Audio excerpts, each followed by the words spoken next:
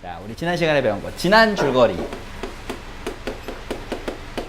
지난 시간에 집합을 대문자로 표시하고 원소를 뭐로 표시한다?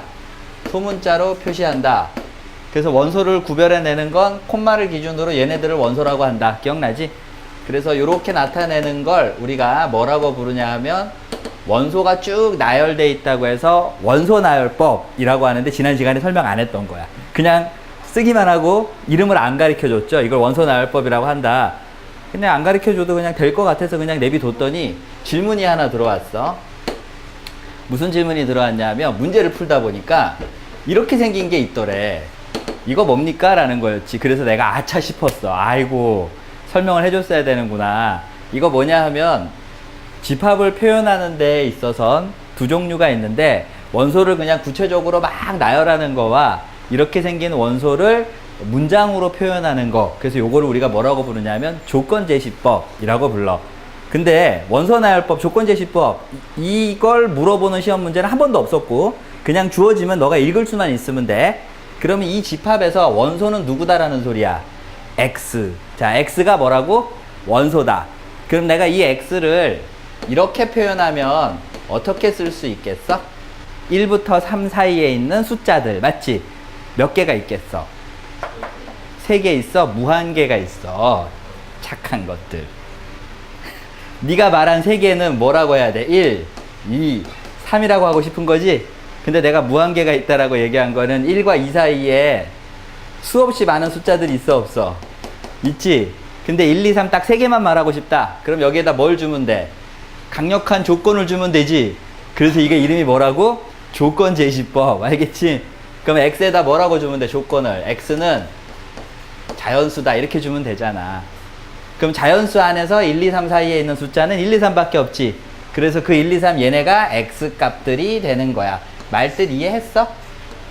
지금 선생님 표현한 거? 그지? 할 수 있겠지? 지금 2개 구현한 거? 그럼 만약 위에 거에 해당하는 걸 조건제시법으로 나타내라. 그러면 어떻게 쓰면 되겠어? X는 뭐라고 쓰면 돼? 알파벳. 이렇게 쓰면 되잖아. 소문자. 대문자 쓰면 안 되잖아. 그치? 됐지? 이런 거 시험에 나온다, 안 나온다? 안 나온다. 너무 쉬워서 안 나온다. 알겠지? 그냥 단지 이렇게 문제가 출제가 되면 요걸 우리가 원소라고 부르고 요 원소를 하나하나 다 쓰면 원소 나열법이 돼서 이렇게 구현해낼 수 있다. 이렇게 2개 그냥 있기만 하다라고 생각하면 돼. 이런 거 안 배웠는 게 나오면 질문해. 지금처럼. 알겠지? 좋아. 지난 줄거리 두 번째 거. 부분집합과 관련된 내용을 배웠었어. 기억나니? 기억나니? 그러면 A를 B에 뭐라고 부른다? 부분집합이라고 부른다. 되겠지? 어떻게 해? 여기가 누구야? B. 여기가 누구야? A. 그러면 요거랑 똑같은 말을 우리 뭐라고 할 수 있을까? 요거랑 똑같은 말. 내가 몇 개 써줬는데 그날. 작은 거에서 큰 거를 빼면 뭐가 나와? 공집합. 맞지? 이해하겠어? 자, 주의. 시험 문제에서 얘가 나왔어. 이것을 만족한다. 이런 식으로 문장이 나왔어. 그러면 애들 중에 거의 대부분이 얘를 일로 넘겨. 그래서 A와 B는 어떤 집합이라고 생각해? 같은 집합이라고 생각하면 다 틀리는 거야. 같은 집합일 수도 있어 없어? 있지. 자기 자신은 부분집합으로 포함할 수 있잖아. 지난 시간에 배웠잖아. 요거랑 같이 배운 게 뭐야? 공집합은 모든 집합의 부분집합이다. 이거 2개 같이 배웠거든. 근데 그걸 떠나서 요 말과 요 말이 같은 말이지 얘를 일로 넘겨서 두 집합이 같은 집합이다랑 같은 거는 아니야. 알았지? 그러니까 빼서 공집합이 나오면 앞에 게 뭐라고? 작은 집합이야. 알았어? 같은 집합이 아니라 작은 집합. 이렇게 생각해도 여러분들이 주의사항을 갖다가 듣고 있는데 이렇게 내가 설명을 해도 시험 문제 볼 때 한 번은 틀려줘야 되지 않겠나. 그래서 한 번은 틀리면서 배우는 건데 학교 시험에 나오거든. 그러니까 선생님이 전년도 기출로 시험 보고 막 이럴 거 아니야, 인근학교. 그래서 그거 볼 때 한 번 정도는 여기서 틀리고 학교 시험에서 맞히는 거야. 그리고 요거 말고 딴 것도 또 있었어 없었어? 있었는데 두 개를 더해. 그래서 뭐가 나와? 이거 두 개 더 해봐. B 나오지? 그래서 B 나오면 그 얘기는 누가 더 큰 거야? B가 더 큰 거야. 이게 같은 말이라고. 또 있어 없어? 있지. 또 있지. 뭐가 있어? 교집합. 그러면 두 개 교집합하면 작은 게 나오겠지. 공통으로 만족하는 거니까. 그래서 누가 나와? A다. 기억나지? 지난 시간에 이런 거 했던 거? 그래서 이런 것들이 부분집합에 대한 개념으로서 지난 시간에 한번 슬쩍 하고 넘어갔는데 외울 수가 없어. 그러니까 그냥 시험 문제 나오면 그림 그리고 그 그림에 대해서 너가 만족하는 거 그냥 찾으면 되는 거야. 알았지? 못 외우는 거니까 이거는. 좋아. 그럼 지난 줄거리 뭐 대충 요 정도면 됐고, 이제 이번 시간에 해야 될 개념은 딱 하나 남았어요. 딱 하나. 뭐 나왔냐면 이 부분집합과 관련되어 있는 건데, 부분집합에 대한 조금 더 어려운 문제. 자, 예를 들어 줍니다. 1, 2, 3. 그럼 1, 2, 3의 부분집합을 한번 불러보세요. 공집합. 무조건 공집합은 나와. 알겠지? 그 다음에 누가 있어? 원소 1개짜리. 원소 1개짜리 몇 개 있어? 3개. 원소 2개짜리. 1, 2. 그 다음에 2, 3. 1, 3. 2, 3 먼저 써도 돼. 알았지? 자, 마지막. 자기 자신도 뭐가 될 수 있다? 부분집합이 될 수 있다. 기억나지? 그래서 총 몇 개가 있어? 8개. 그럼 할 때마다 맨날 쓸 수는 없지. 그래서 어떻게 한다 그랬어? 선생님이? 어떻게 한다라고 얘기했냐면, 요놈의 부분집합을 이렇게 표현하면, 부분집합 기호랑 원소 기호는 내가 그날 가르쳐 줬던 거니까 넘어가도 되지? 여기에 막대기 하나 더 있으면 원소 기호, 막대기 없으면 부분집합 기호. 어느 쪽이 큰 거라고? 알겠지? 이렇게. 됐지? 이쪽이 큰 거야. 부두모처럼 이렇게 생각하라고. 이쪽이 큰 거. 그러면 그때 1이 이 안에 들어갈 수도 있고 안 들어갈 수도 있고, 그치? 몇 개 있어? 1 들어갈 때랑 안 들어갈 때 두 가지. 2도 들어갈 때랑 안 들어갈 때 몇 가지?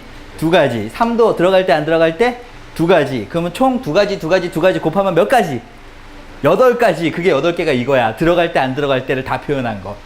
여기에는 뭐가 된 거야? 1 들어가면서 뭐는 안 들어간 거야? 2, 3 안 들어간 거. 그러니까 들어갈 때 안 들어갈 때를 갖다가 모든 경우의 가지수를 다 나열하면 8개가 나오겠다라는 거를 이해하라고. 들어갈 때 안 들어갈 때 두 가지, 들어갈 때 안 들어갈 때 두 가지, 들어갈 때 안 들어갈 때 두 가지. 동시에 들어갈지 안 들어갈지 확 뿌려. 알겠지? 그러면 곱하기 연산됐으니까 2 곱하기 2 곱하기 2 하면 몇 가지? 8가지. 그걸 개수로 공식처럼 나타냈어. 부분집합의 개수는, 부분집합의 개수는 2의 n제곱개다. 이 n제곱이 바로 뭘 가리키냐면 여기 있는 집합의 원소의 개수야. 알겠지? 그러니까 여기다 3 대입하면 8개가 나오겠지. 그래서 여기까지 기본 공식인데, 요 기본 공식에 대한 확장이 있어. 확장. 이 확장도 한 번만 배우면 틀리지 않는다. 근데 안 배우면 맞출 수가 없다. 한 번만 배우면 돼. 한 번만. 그래서 오늘 여기까지 배우고, 지난 시간 시험 봐서 틀린 거 재시험 보고, 지난 시간에 안 풀었던 거 다시 시험 보고. 알겠지? 그래서 오늘 집합이 끝나는 걸로.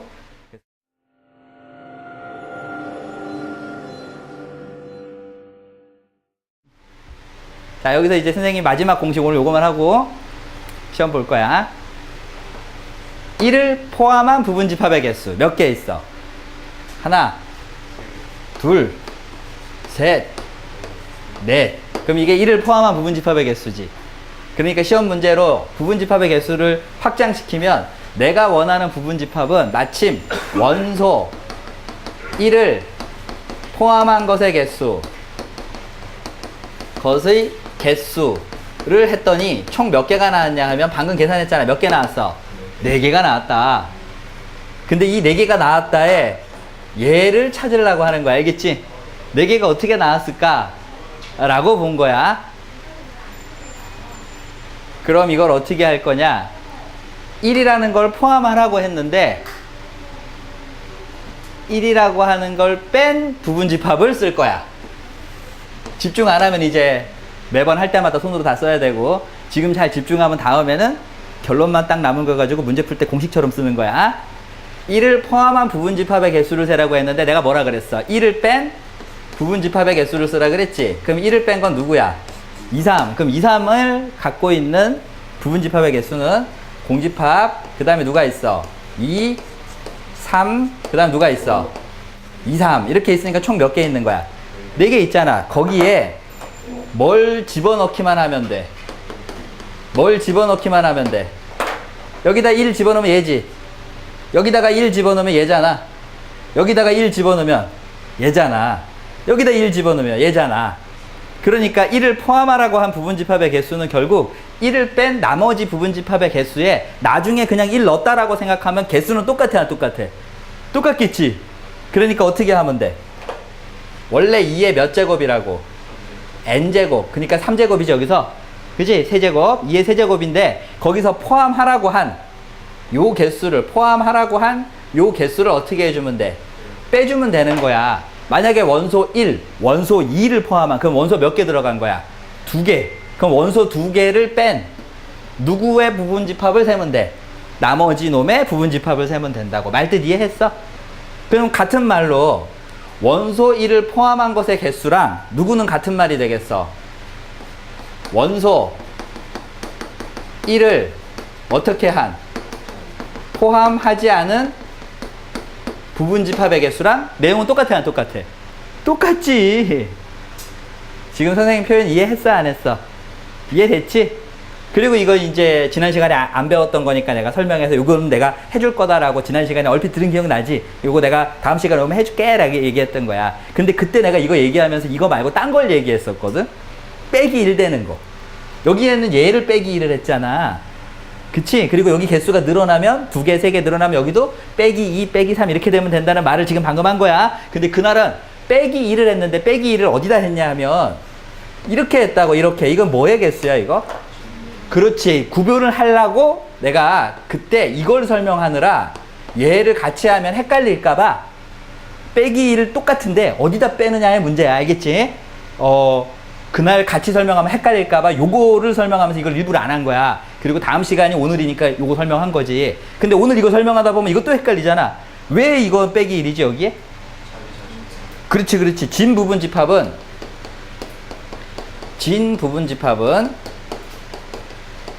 원래 부분집합 전부 다를 센 거지 이거.